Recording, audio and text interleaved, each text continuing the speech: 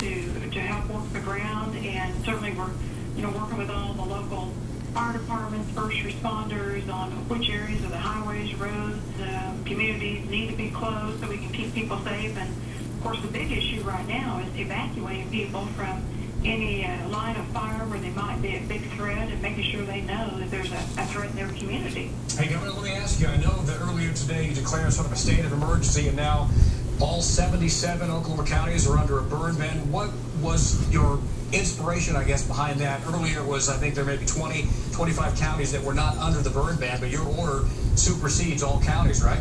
Right, it does. It says all 77 counties have to be under the burn ban. There's a list of criteria that our Department of Forestry and our Office of Emergency Management works through, looking at many, many different factors for the conditions of a potential fire, and I just felt like it was time to get all 77 counties on there. The counties themselves can certainly request and put into place a burn ban, and as you mentioned, we had some counties that hadn't gone into the system, but I just decided it was time to put them all into there. We know the weather's going to be really hot again tomorrow, and as I mentioned, we got 5 major fires today and lots of other small fires around, and we want to do everything we can to protect people, to protect their homes, their businesses, and certainly we need to say our prayers for our firefighters and our first responders that are out there. It's a very challenging situation when it's so hot, and they've got to be out there in the middle of this heat and these fires trying to put them out. Well, we knew for a number of days now that this was a precarious situation. How is our state gearing up and getting ready for this?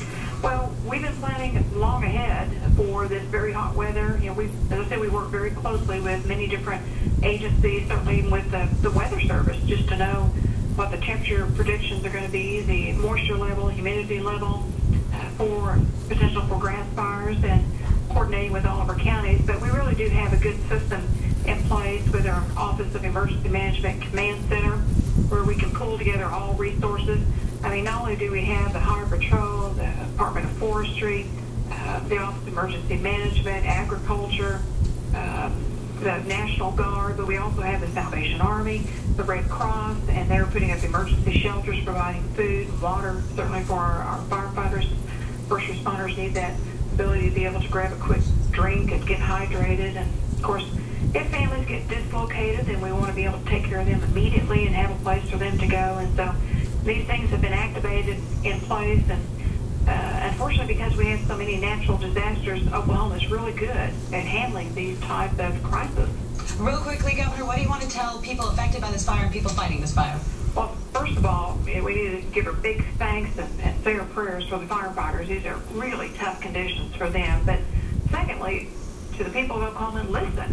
When people tell you you need to evacuate, pay attention, get out of the way. If they tell you not to be going down a certain road or highway, then don't go down it, stay out of the way so the firefighters and other people can get to where they need to get.